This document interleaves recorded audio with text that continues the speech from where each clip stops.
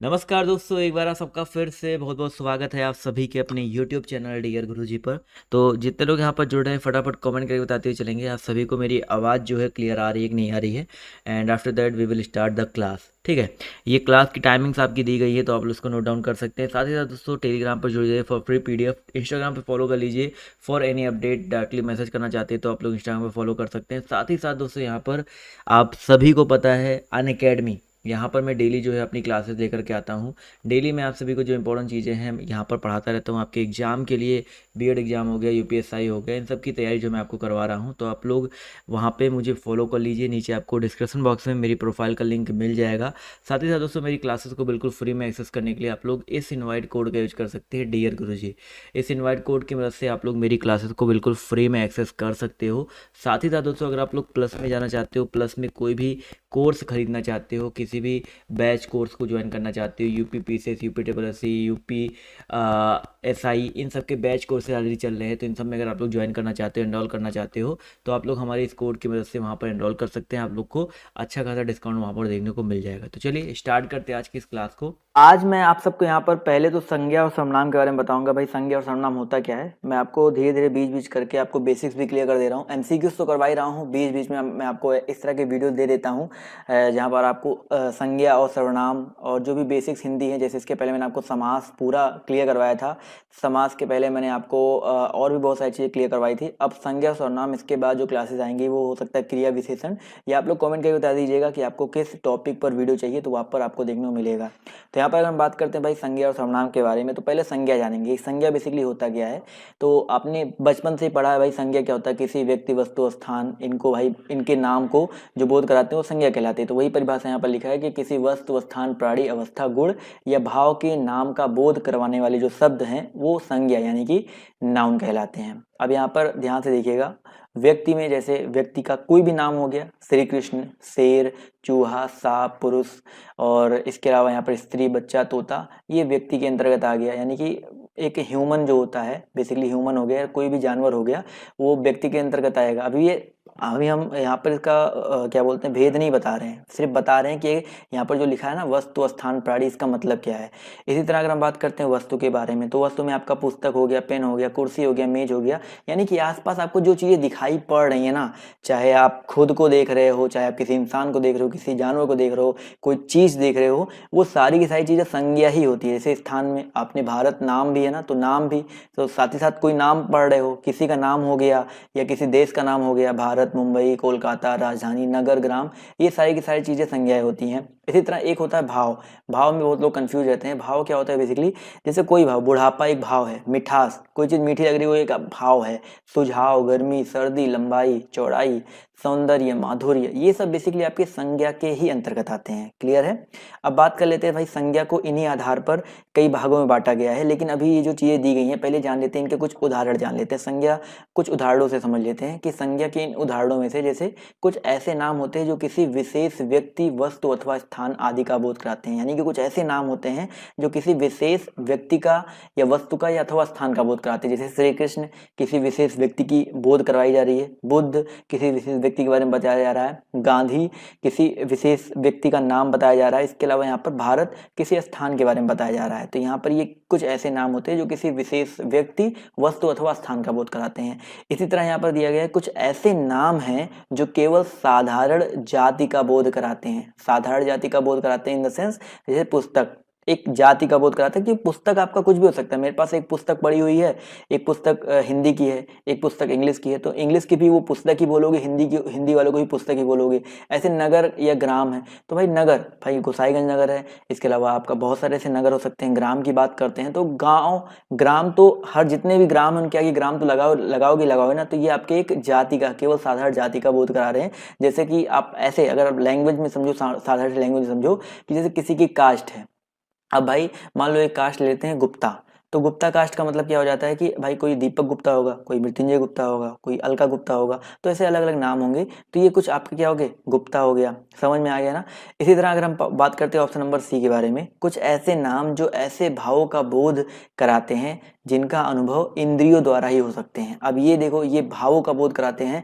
भाव की वाचक संज्ञा को पहचानने की सबसे अच्छा तरीका क्या है कि जिनको आप लोग छू करके या आप लोग उसको इंद्रियों, जो आपकी 5 इंद्रियां होती है ना, उनके माध्यम से आप लोग इसको पता कर सकते हो।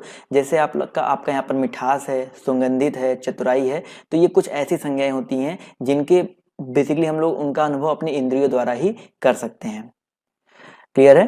तो देखते हैं अगले पॉइंट की तरफ बढ़ते हैं, कुछ संज्ञा के भेद के बारे में। अब ये जो हमने अभी तक आपको चीजें बताई, उसी आधार पर संज्ञा को इन भेदों में बांटा गया है, 5 भेदों में। कौन कौन सी भेद है भाई आपके?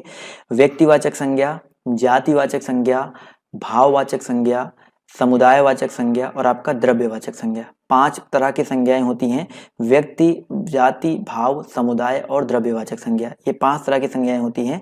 अब यहाँ पर पहले कुछ इंपॉर्टेंट चीजें जान लेते हैं, उसके बाद हम लोग टॉपिक बाय टॉपिक, मतलब व्यक्ति, जाति, भाव सब कुछ पढ़ेंगे, सब कुछ टॉपिक बाय टॉपिक पढ़ेंगे। तो यहाँ पर देख लेते हैं ध्यान से। पहला है भाई, पहले कुछ इंपॉर्टेंट चीजें जान दीजिए। जैसे यहाँ पर व्यक्तिवाचक संज्ञा का जो प्रयोग है एक वचन के रूप में ही होता है।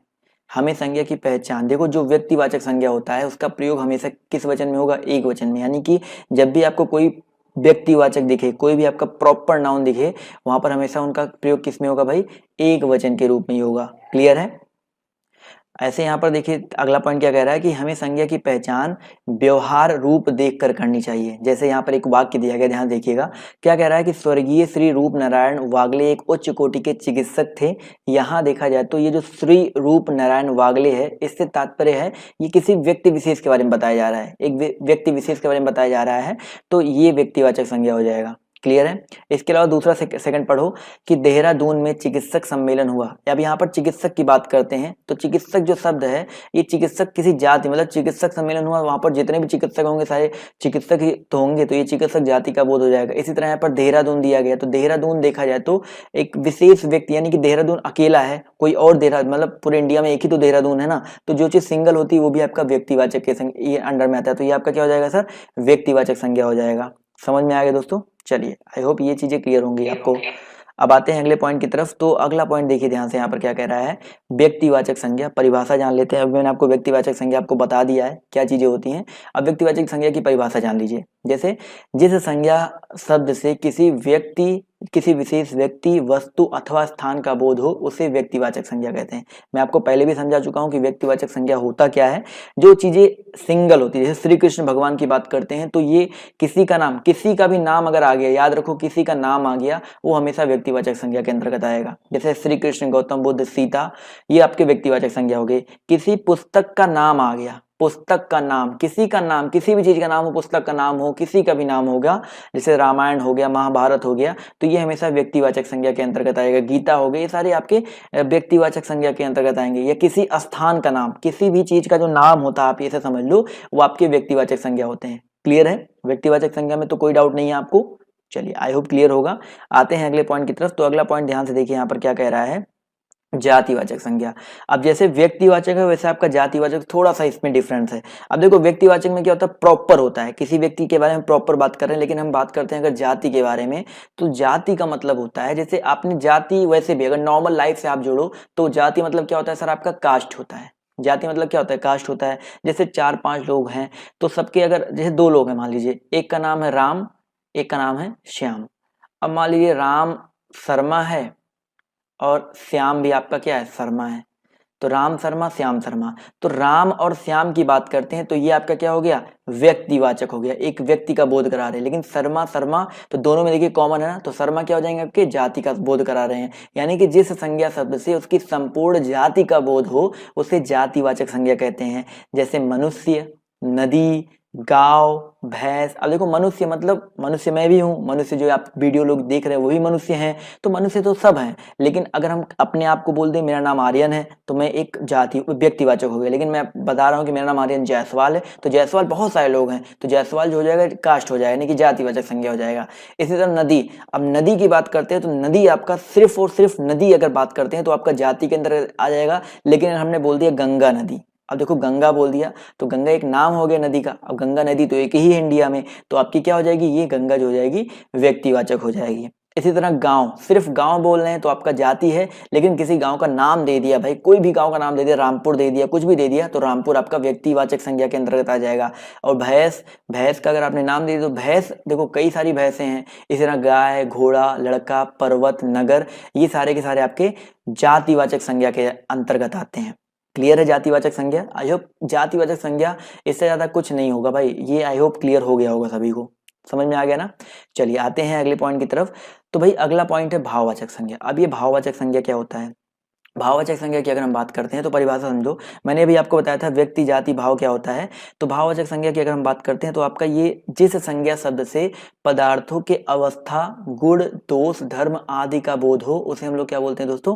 भाववाचक संज्ञा कहते हैं। यानी कि अब अगर भाववाचक संज्ञा समझना हो तो आप हमेशा याद रखो, अपनी इंद्रियों का, जो आपकी 5 इंद्रियां हैं उनका प्रयोग करके आप भाववाचक संज्ञा का पता लगा सकते हैं। जैसे बुढ़ापा, बुढ़ापा आप लोग देख करके बता सकते हो कि कौन सा व्यक्ति बूढ़ा है, कौन सा व्यक्ति जवान है, तो बुढ़ापा हो गया आपका भाववाचक संज्ञा। मिठास, मिठास का पता कैसे लगाओगे? आप चेक करके लगाओगे ना, तो आपका मिठास भाववाचक संज्ञा के अंदर आएगा। सौंदर्य आप लोग देख करके बताओगे ना, ये सुंदर है, कौन चीज सुंदर नहीं है, तो ये आपका भाववाचक संज्ञा के अंदर आ गया। माधुर्य, थकावट, तो ये सब चीजें आप लोग सिर्फ और सिर्फ महसूस कर सकते हैं, समझ में आ गया ना, देख सकते हैं, अपने इंद्रियों के द्वारा महसूस कर सकते हैं, तो ये आपकी भाववाचक संज्ञा के अंतर्गत आता है।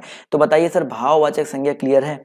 भाववाचक संज्ञा पहचान जाओगे? अभी मैं आपको बहुत सारे ऐसे भाववाचक संज्ञा बता दूंगा अलग अलग, जो आपके जाति से भाव बन जाते हैं, क्रिया से भाववाचक बन जाते हैं, कई बार आपके पेपर में आता है, तो वो सारी चीज मैं आपको बता दूंगा। अब देखिए भाववाचक संज्ञा के बाद देखिए बेसिक से आपके जो 3 संज्ञाएं होती हैं, ये आपकी 3 संज्ञा मैं आपको बताना चाहूंगा, ये इंपॉर्टेंट है। व्यक्ति, जाति, भाव ज्यादातर पेपर में आपके ही आते हैं, लेकिन समुदाय और द्रव्यवाचक भी कभी कभी पूछा जाता है, तो ये बेसिकली आपका अलग प्रकार का। जैसे यहाँ पर विशेष वक्तव्य दिया गया है कि कुछ विद्वान जो हैं वो अंग्रेजी व्याकरण के प्रभाव के कारण संज्ञा के 2 भेद और बतलाते हैं। यानी कि ये जो दोनों भेद हैं, ये पहले संज्ञा मतलब नहीं थे, लेकिन अंग्रेजी व्याकरण में यानी कि इंग्लिश ग्रामर में ये आपके आते हैं, तो यहाँ पर बता दिया गया है। एक आपका समुदायवाचक, जिसको समुदाय को इंग्लिश में बोल सकते हो आपका ग्रुप जो होता है, ग्रुप, यानी कि जब भी आप कोई चीज कोई संज्ञा का भाव ऐसे प्रकट हो कि ग्रुप में हो। जैसे यहाँ पर समुदायवाचक में क्या है, किसी संज्ञा शब्द के व्यक्ति, वस्तु और आदि के समूह का बोध हो। जैसे यहाँ पर सभा, अब सभा में एक लोग तो होंगे नहीं, सभा में कई सारे लोग होंगे,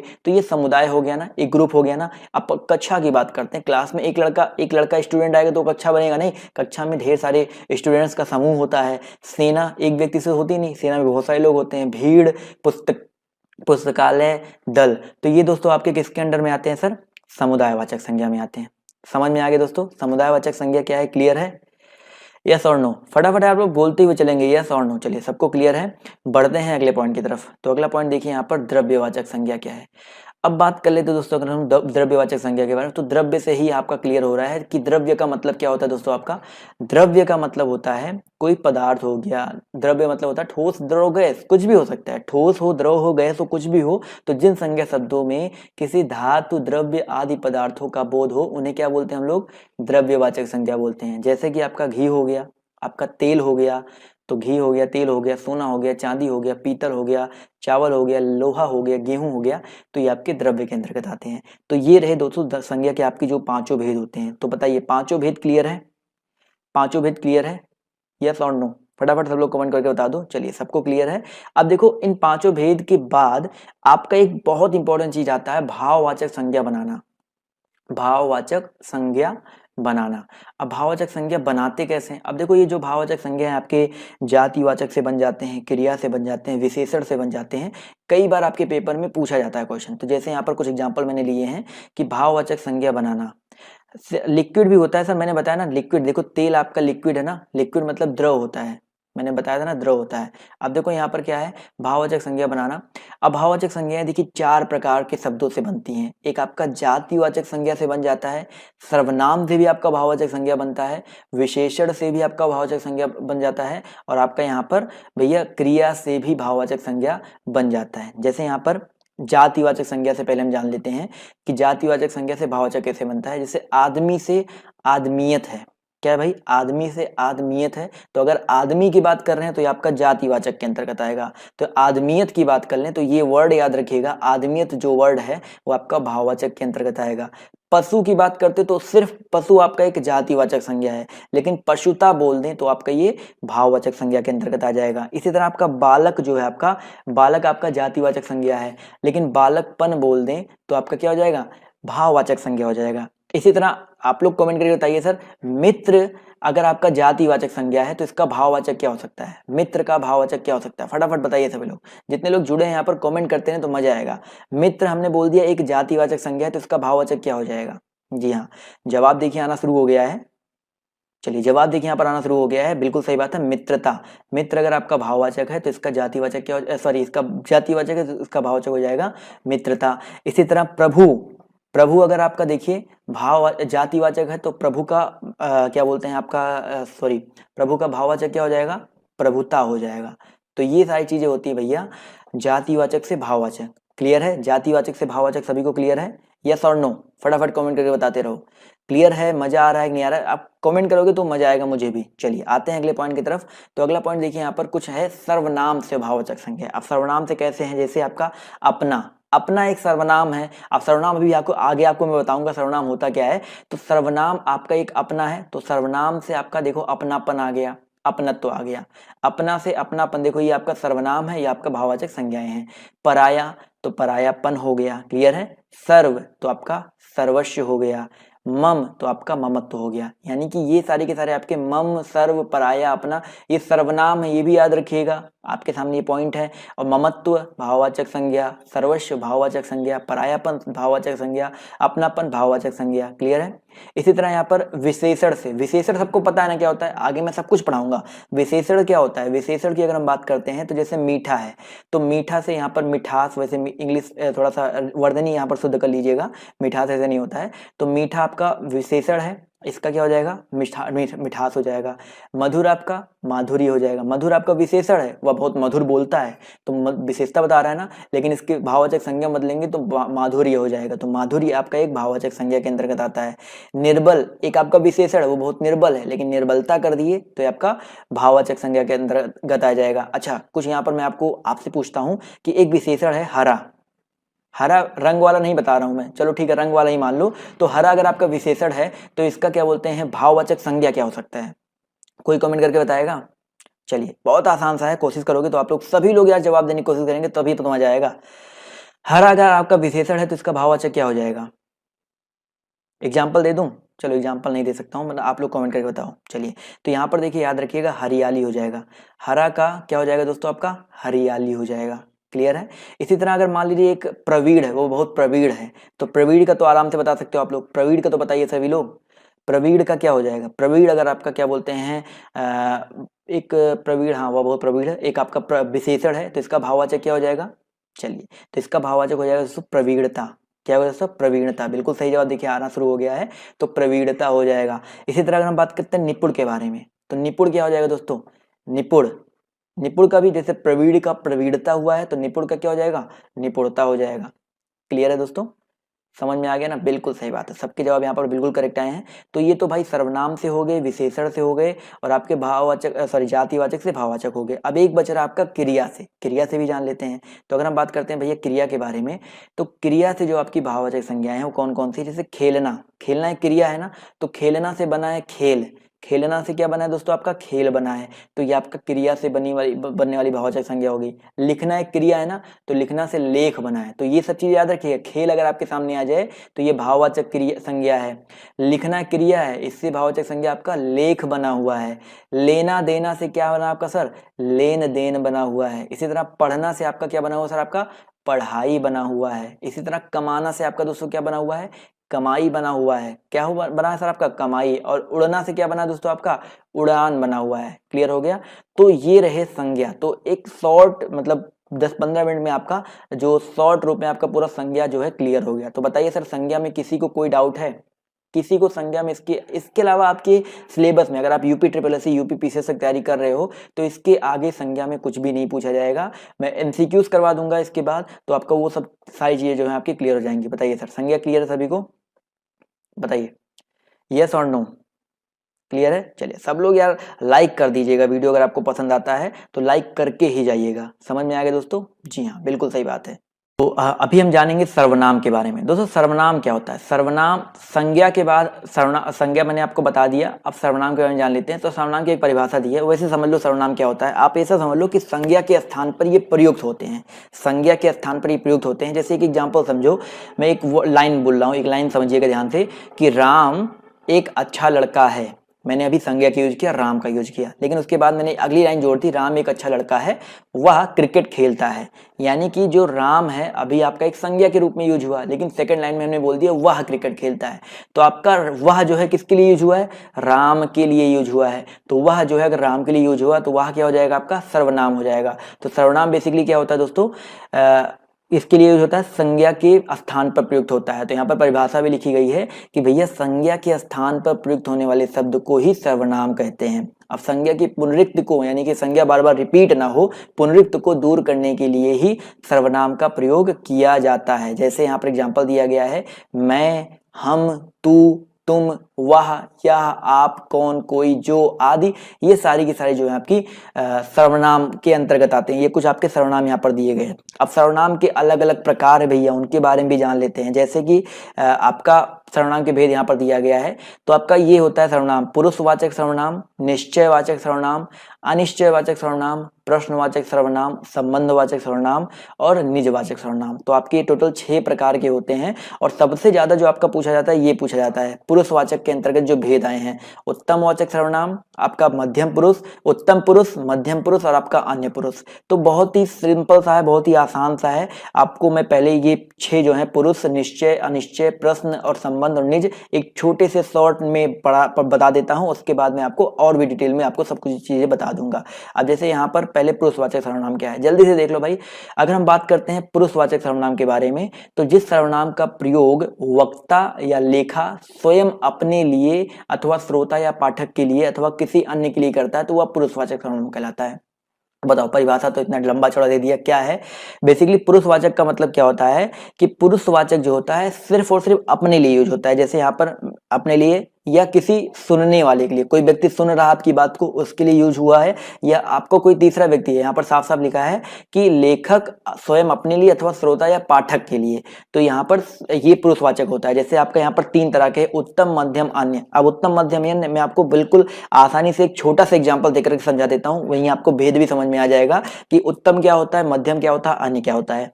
अब देखो उत्तम, 3 लोग मान लो बात, 2 लोग मान लो बात कर रहे हैं आपस में, यहाँ पर 2 बंदे हैं मान लीजिए आपस में, ये 2 बंदे आपस में बात कर रहे हैं। अब ये मान लीजिए मैं हूं, ये मान लीजिए कोई दूसरे बंदे से मैं बात कर रहा हूं। तो जो मैं हूं, मैं अपने लिए मैं क्या क्या यूज कर सकता हूं, मैं यूज कर सकता हूं, हम यूज कर सकता हूं, हमने यूज कर सकता हूं, हमारा यूज कर सकता हूं, मतलब बहुवचन में अगर चला जाए हमारा यूज कर सकता हूं। तो ये आपका मैं हो गया। तो मैं हमेशा जो होता है उत्तम में आता है, यानी कि जहां पर बिल्कुल अपना हो, मेरा हो, मेरा, मैं, हम और ये सब चीजें होगी आपकी, मुझको हो गया, और इसके अलावा क्या हो सकता है, और ऐसे मेरा हो गया, मेरी हो गया, ये आपका उत्तम में आता है। और मैं किसी व्यक्ति से बात कर रहा हूं उसको क्या बोलूंगा, तुम बोलूंगा, बड़ा है तो आप बोलूंगा, तुम्हारा बोलूंगा, उसके पास कोई चीज है तो ये आपका तुम हो गया। यानी कि ये भैया फर्स्ट यानी कि उत्तम, और ये आपका सेकंड यानी कि मध्यम। तो जब 2 लोग वार्तालाप करते हैं तो एक उत्तम होता है, एक आपका मध्यम होता है। क्लियर है।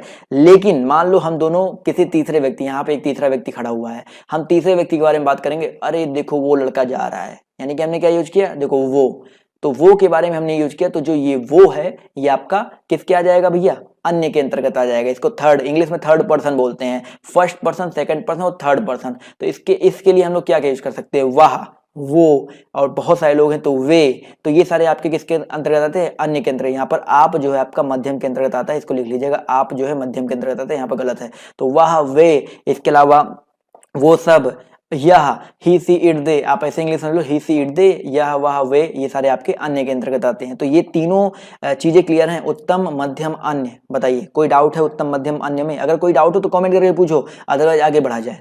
तो पुरुषवाचक और पुरुषवाचक के जो भेद हैं वो समझ में आ गया ना, यस और नो, बताइए। चलिए समझ में आ गया होगा, बहुत अच्छी बात है। आते हैं अगले पॉइंट की तरफ। तो अगला पॉइंट यहाँ पर देखो, निश्चयवाचक। अब निश्चयवाचक सर्वनाम देखो बोलने से ही पता चल रहा है निश्चय, जो चीज निश्चित होती है। तो जो सर्वनाम किसी व्यक्ति वस्तु आदि की ओर निश्चय पूर्वक संकेत करते हैं वे आपके निश्चयवाचक सर्वनाम कहलाते हैं। जैसे कि आपका यह जा रहा है, यथा यह जा रहा है, तो यहाँ पर एग्जाम्पल क्या है, यह जा रहा है, तो यहाँ पर निश्चित हो गया यह जा रहा है, तो आपका ये निश्चयवाचक सर्वनाम के अंतर्गत आ जाएगा। अनिश्चय की बात करते हैं तो भैया जैसे कोई चीज निश्चित ना हो, यहाँ पर जैसे कोई भी चीज जिस सर्वनाम शब्द के द्वारा किसी निश्चित व्यक्ति अथवा वस्तु का बोध ना हो वो आपका निश्चयवाचक अनिश्चयवाचक सर्वनाम कहलाता है। जैसे कोई आ रहा है, अब देखो कोई में फिक्स नहीं है, कोई आ रहा है, कौन आ रहा है हमको पता नहीं, कोई आ रहा, तो आपका ये अनिश्चयवाचक सर्वनाम के अंतर्गत आ जाएगा। क्लियर है। इसी तरह अगर हम बात करते हैं संबंधवाचक सर्वनाम के बारे में, तो संबंधवाचक सर्वनाम क्या होता है कि परस्पर एक दूसरी बात का संबंध बतलाने के लिए जिन सर्वनामों का प्रयोग होता है उन्हें हम लोग क्या कहते हैं, संबंधवाचक सर्वनाम कहते हैं। परस्पर एक दूसरी बात का संबंध बतलाने के लिए जिस सर्वनाम का प्रयोग होता है उन्हें हम लोग क्या कहते हैं, संबंधवाचक सर्वनाम कहते हैं। जैसे जैसा करोगे वैसा भरोगे, यानी कि देखा जाए तो एक वाक्य का संबंध दूसरी वाक्य से है, एक बात का संबंध दूसरी बात से है, तो आपका ये क्या हो गया, संबंध। जो आपका यहाँ पर जैसा और वैसा है ये आपका किसके अंदर में आ जाएगा सर, संबंध के अंतर्गत आ जाएगा। तो 4 ये हो गए, 2 और बचे उनको भी जान लेते हैं फटाफट।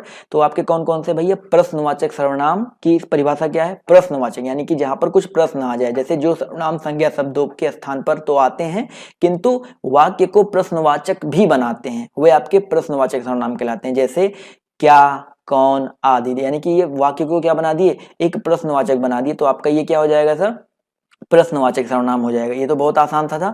इसी तरह अगर हम बात करते हैं दोस्तों निजवाचक सर्वनाम के बारे में, तो जहां अपने लिए आप शब्द का, यानी निज का मतलब होता है अपने लिए, जब हम लोग आप शब्द का, देखो अपने लिए मैं शब्द का यूज कर रहा हूं तो आपका अंडर अदर में चला जाएगा, लेकिन जब हम अपने लिए आप शब्द का, अपना शब्द का, अपने आप शब्द का प्रयोग करते हैं तो वहां पर निजवाचक सर्वनाम आता है। जैसे तू अपना मन लगा, मैं अपना काम कर रहा हूं, मैं अपने कपड़े धुल रहा हूं, तो यहां पर हमेशा क्या हो जाएगा, ये जो अपना है, आप है, ये किसके अंदर में आ जाएगा सर, निजवाचक सर्वनाम के अंदर में आ जाएगा। तो निजवाचक सर्वनाम क्लियर है, एवरीथिंग इज फाइन और नॉट, सब कुछ 6 जो आपको परिभाषा बताया क्लियर हो गया ना, चलिए क्लियर हो गया ना।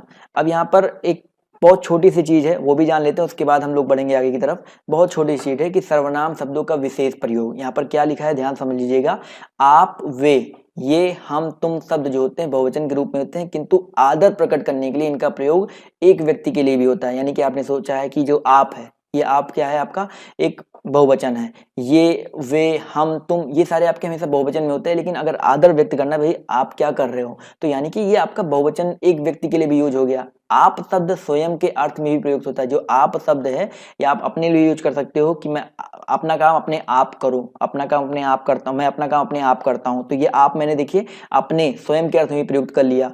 जैसे मैं यह कार्य आप ही कर लूंगा, एक एग्जाम्पल यहाँ पे भी दिया गया है, तो इस एग्जाम्पल भी आप समझ सकते हो। क्लियर है।